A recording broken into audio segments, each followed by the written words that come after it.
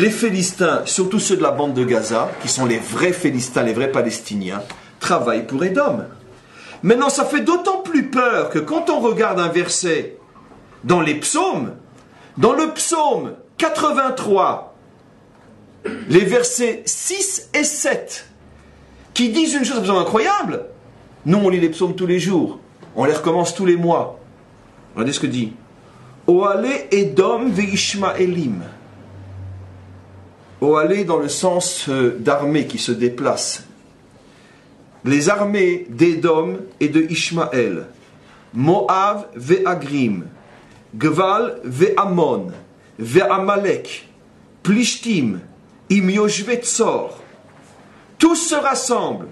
Et regardez ce que dit la suite du verset, c'était le verset 6, le verset 7. Ki ine oivecha ye'emayun. Tous tes ennemis se rassemblent. Umis anecha nasurosh. Tous maintenant relèvent la tête. Ils ont trouvé un bon prétexte. Kol amecha alamecha yarimu sod. Ils sont tous en train de comploter contre ton peuple.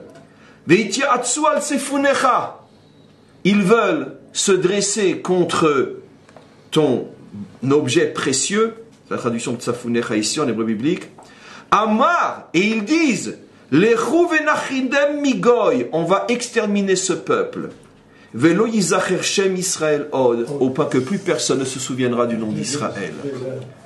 C'est intéressant. Et donc, qui sont cités? Édom ve'ishmaelim. On parle de la guerre de Gog et Magog. Moab, c'est les Jordaniens. Agrim, on ne sait pas, parce que c'est dans le texte biblique. Gval ve'amon, Amon, c'est les Syriens. Dans le contexte biblique, c'est le nord-est. Amalek, on sait qui c'est. Pléchet, c'est les Philistins. Im yoshve tzor, les Libanais. Tzor, c'est le Liban. Le Hezbollah. Ils s'y mettent tous. Et quel est leur but? Shelo yizacher shem Israël od. Israël kepshuto, Medinat Israël.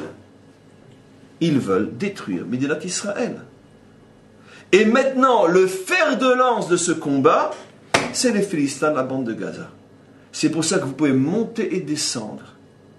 La seule chose, et ça n'engage que moi, mais j'y crois comme je me vois, la seule chose qui peut justifier le comportement girouette de notre Rosh Memshala, on arrête pas, on croyait qu'il joue au rythme des missiles qui nous tombent sur la tête.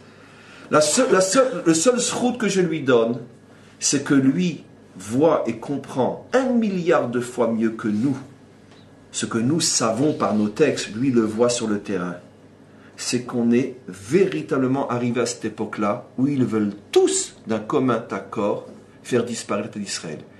Et lui essaye d'agir comme un chien qui aboie, on lui jette un os. Il ne sait plus comment le faire taire. Il le sait. Nous, on voit simplement quelqu'un qui semble ne pas savoir prendre des décisions. D'accord? Et les cogneurs parmi nous disent « Allez, on y va !» Mais ce n'est pas si simple que ça. Lui peut-être voit qu'on est à vision humaine à la veille d'une volonté de génocide.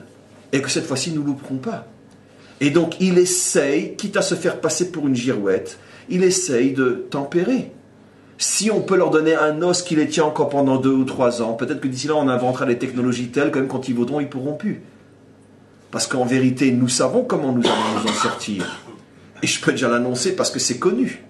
Israël est sur le point de mettre des technologies inimaginables sur le plan des armements. Inimaginables. Pas des armements d'attaque, des armements de défense, qu'on sera intouchable. Comme une sorte de buée électronique qui fera qu'aucun missile ne pourra nous atteindre. Israël est sur le point de l'avoir. Les Américains le savent. C'est une question de temps. Au niveau technologique, on est en train de rendre Israël inattaquable d'ici quelques années, mais le problème c'est une course contre le temps. Et c'est ce que le monde sait. Et ils veulent nous avoir avant qu'on ait cette arme de défense.